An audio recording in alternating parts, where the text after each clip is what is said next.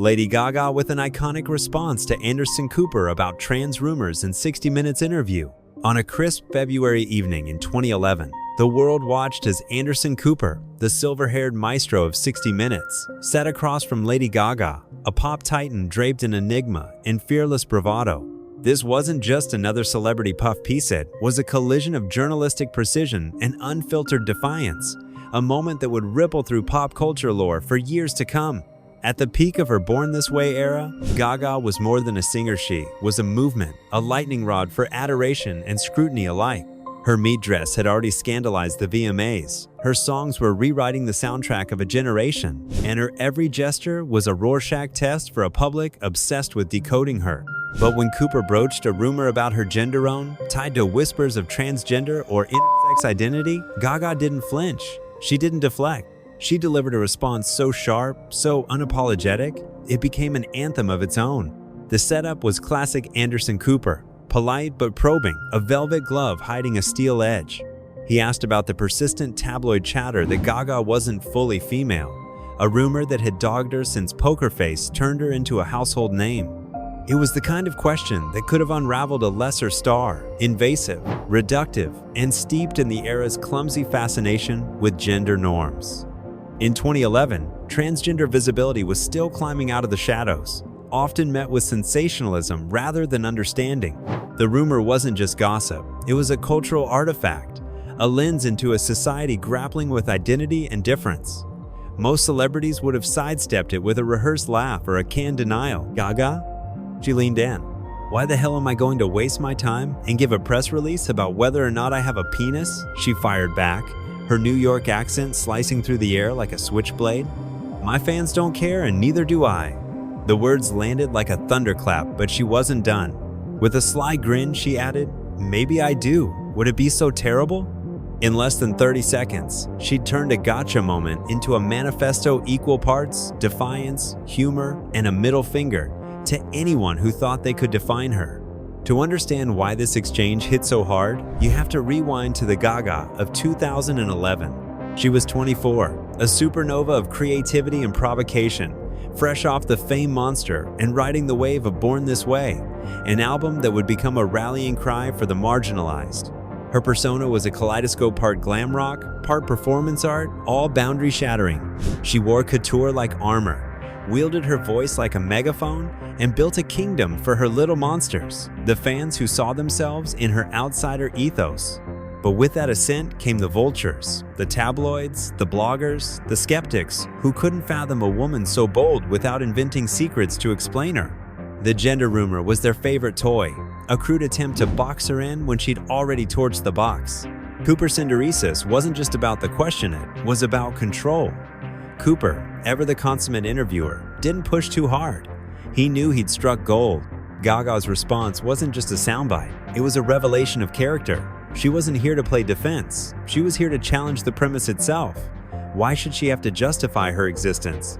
Why was her body anyone's business? And by extension, why was anyone's? In that moment, she became a mirror, reflecting back society's obsession with policing identity, especially when it came to women and those who didn't fit neatly into binary lines. The cultural weight of her words wasn't lost on anyone. In 2011, transgender issues were still fringe in mainstream discourse. Figures like Chaz Bono were beginning to shift the conversation, but it was slow, fraught with misunderstanding. Gaga, though not trans herself, had already positioned herself as an ally. Born This Way was an explicit love letter to the LGBTQ+ community, a declaration that difference was divine. Her refusal to dignify the rumor with a denial wasn't just personal, it was political. She was saying, in essence, I don't owe you my truth, and neither does anyone else. That clapback resonated because it was so quintessentially Gaga, fearless, and dripping with wit. She didn't just shut down the question, she flipped it into a philosophical jab. Would it be so terrible? She mused, daring the world to confront its own discomfort. It was a mic drop moment that doubled as a lifeline for fans who'd faced similar scrutiny, trans or not, who knew the sting of being reduced to a rumor. Gaga didn't just defend herself, she defended them. The 60 Minutes interview aired on the 13th of February, 2011, and the clip spread like wildfire. YouTube wasn't yet the juggernaut it is today, but fans clipped it, shared it, memed it. It became a touchstone, a shorthand for standing tall against nonsense. Critics praised her poise. Haters grumbled she was attention-seeking. But the moment endured because it was bigger than Gaga herself. It tapped into a universal ache, the desire to be seen for who we are, not what others assume. Looking back from 2025, the exchange feels prophetic. The past 14 years have seen a seismic shift in transgender visibility. Laverne Cox on Time's cover, Elliot Page is coming out, laws debated and lives affirmed. Gaga's words foreshadowed a world where identity isn't a circus sideshow, but a spectrum worth celebrating. She didn't know it then, but she was planting seeds for a conversation that's still unfolding. And yet, the moment's magic lies in its spontaneity. Gaga wasn't reading from a script or channeling a focus group. She was just Gaga. That authenticity or willingness to be messy, bold, human turned a throwaway question into a cultural artifact. Cooper, for his part, handled it with grace, moving on without missing a beat. But the spotlight stayed on her. It always did. The aftermath only amplified her legend.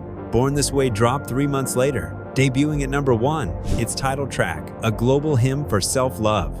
The album's rollout Gaga, emerging from an egg at the Grammys. The motorcycle-clad video doubled down on her refusal to conform. The 60 Minutes moment became a prelude, proof she'd walked the talk. Fans still quote it. Scholars dissect it. It's a gif, a tattoo, a rallying cry. What makes it iconic, though, isn't just the sass. It's the subtext. Gaga didn't just reject the rumors, rejected the idea that she had to prove anything. In doing so, she handed her audience a gift, permission to do the same. For a generation wrestling with labels, gender, sexuality, worth or words were a beacon. You don't owe anyone your story. You don't owe them your body. You just owe yourself the space to be.